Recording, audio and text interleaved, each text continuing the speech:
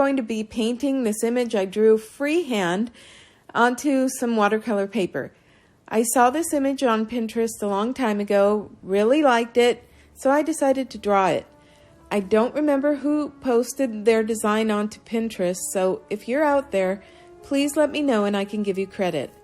That being said, let's get started. So I'm going to tape the edges of my painting as straight as I can with this washi tape. I'm also going to show you one of my favorite craft tools. My mom gave us some dental tools years ago, and I realized that I could use one of them in my craft room, and it is awesome! It works great to lift up the tape. Sometimes I really have a difficult time trying to separate it. And it also works great for lifting up pieces of paper.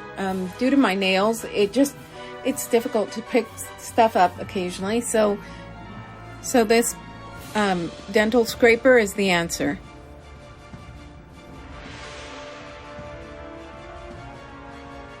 I like to mix up my own colors to give me an option of what to use, particularly for shading. I like to have a little bit darker and a little bit lighter shades, but as you can see, I like to use water to dilute some of the colors to make it a little bit more bright and to make it look a little bit more rounded. To make it look a little bit more dimensional is what I meant to say.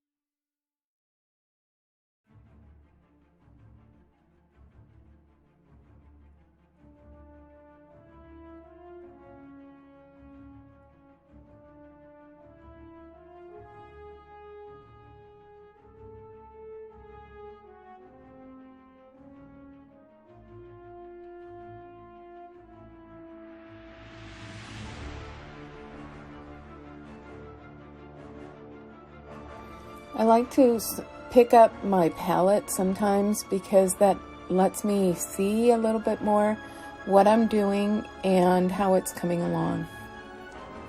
Don't be afraid to pick up your palette and turn it around, turn it sideways, turn it upside down, however you feel that it's easier for you to get the brush moving in the directions that you want.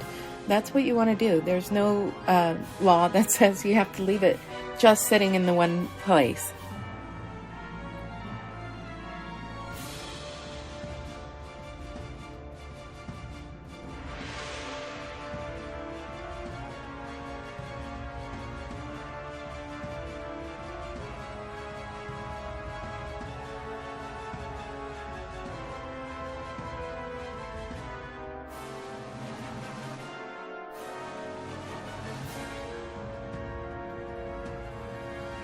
When I feel that the coloring part is over and it's fully dry, you need to make sure that it's fully dry, then I like to go in and start erasing the pencil marks that are still visible, because they will show through in your final product. And I sometimes leave them in and sometimes take them out. I mean, I know that it looks artistic sometimes to have the pencil showing, but most of the time I like to remove them just so that it looks a little nicer.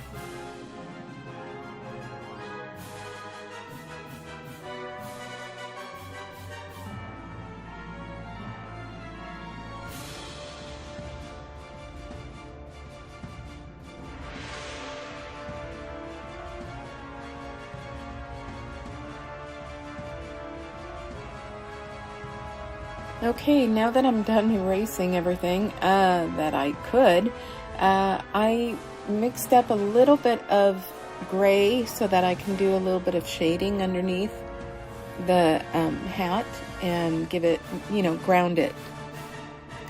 So I'm struggling a little bit to try and get a little bit more shading in there. It just doesn't want to be as dark as I want it. I definitely want it to stay somewhat neutral, not too dark, but this is just, you can't even see it.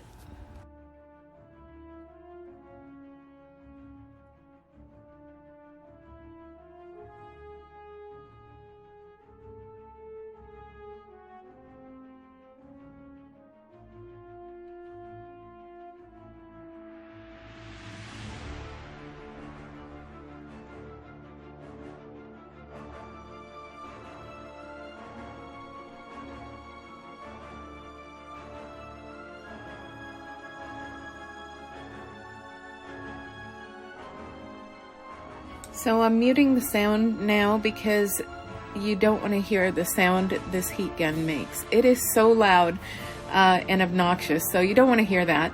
But I'm drying it off so that I can continue on with my card, because I think I'm done at this point. Okay, I'm done with the coloring portion of the card, and now watch this. I'm going to lift up the tape with that tool again, and you'll see how awesome it works.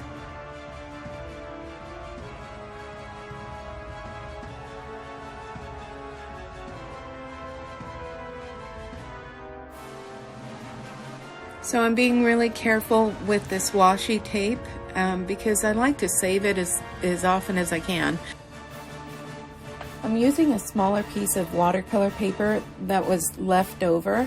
Most people use the scraps like this to swatch their colors, but more often than not, I use them with smaller images to make cards. This gray thing here with the lid that I'm showing you is amazing. It's called a stamp platform, and it's a must tool if you like to use stamps.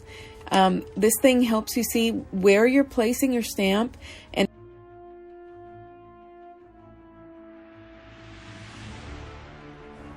this thing here I made myself. It's known as a stamping transparency, and it's great to keep your sentiments in particular straight.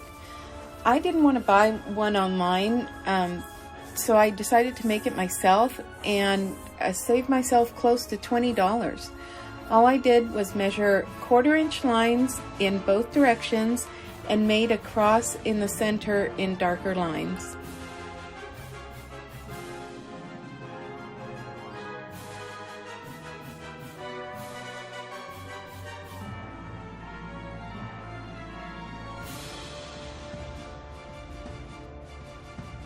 I'm using stamps from Sweet Stamp Shop called Grand Wizard Magical Friends. they're really cute and they're Harry Potter themed. So I thought it would go great with the hat.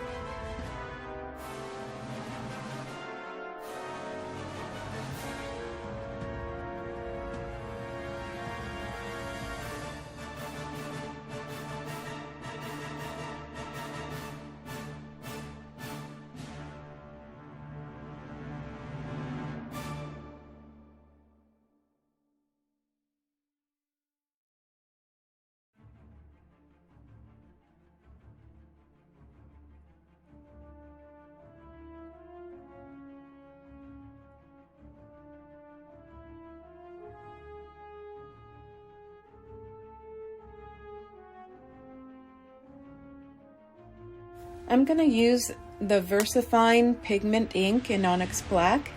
I find that it gives the best detailed stamping. Whatever I stamp with it comes out super crisp and clear. Just don't use it with alcohol markers because it'll smear.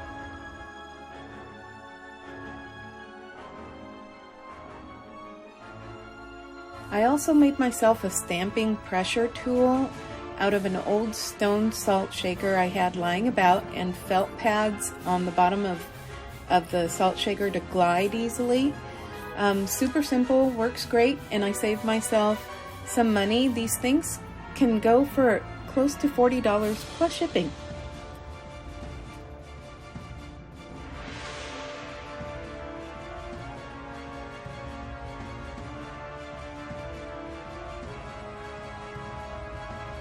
I'm going to get my trusty dental tool and watch this. I told you, it works great. I use it far more than I do my pokey tool. Here I made my own stamp cleaner. I'm telling you, I hate spending money on stuff that you don't need to. This is great. It's water and baby shampoo. Just a couple drops, a few drops of baby shampoo is all you need for this little bottle. I bought the little bottle at the Dollar Tree, and I mix it up all the time. It runs out. I fill it up with water, add a few drops of the baby shampoo, and there you have it. It's a stamp cleaner, and it works great. So I made my own. I also made a sticky mat. Again, you can purchase these from any number of online crafting stores, but you can easily make one yourself. I made this one out of contact paper and a cutting mat from the dollar store. Just cut the cutting board to the size that you want and wrap it like you would a gift with the contact paper, making sure that you keep the sticky part on the outside, and voila, you've made your own sticky mat. When it gets too dirty or loses its stick, make another one.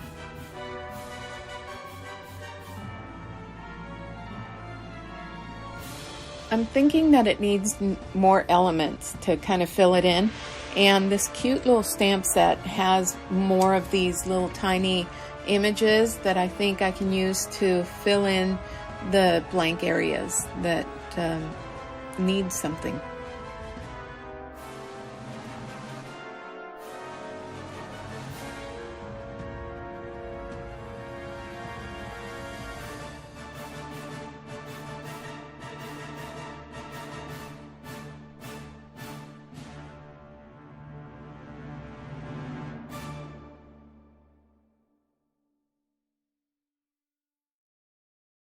So I like to pre-fold, cut and fold pieces of paper, like heavier cardstock, for my card bases. And I like to have them just ready to go so that when I come into my craft room, I have a supply of them, and I just focus on creating whatever I want to put on that card base. So I have one here that I'm taking out and putting my little watercolor image onto it. And that's why I said you can use pieces of odd shaped size watercolor that you've cut out and that you had lying about, and use them and just add it onto your card base.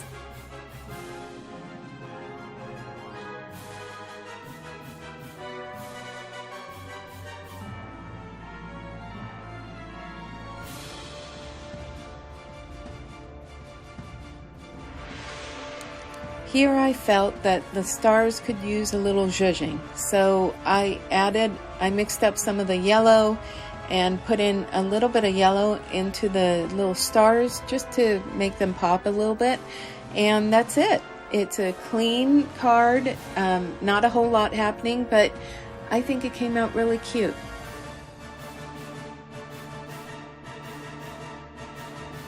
I hope you enjoyed watching how I made this card. If you like what you saw and you learned a little something along the way, please like, subscribe, and share with your friends, and please come back and join me next time to see what I'm up to. Thanks so much. Bye-bye.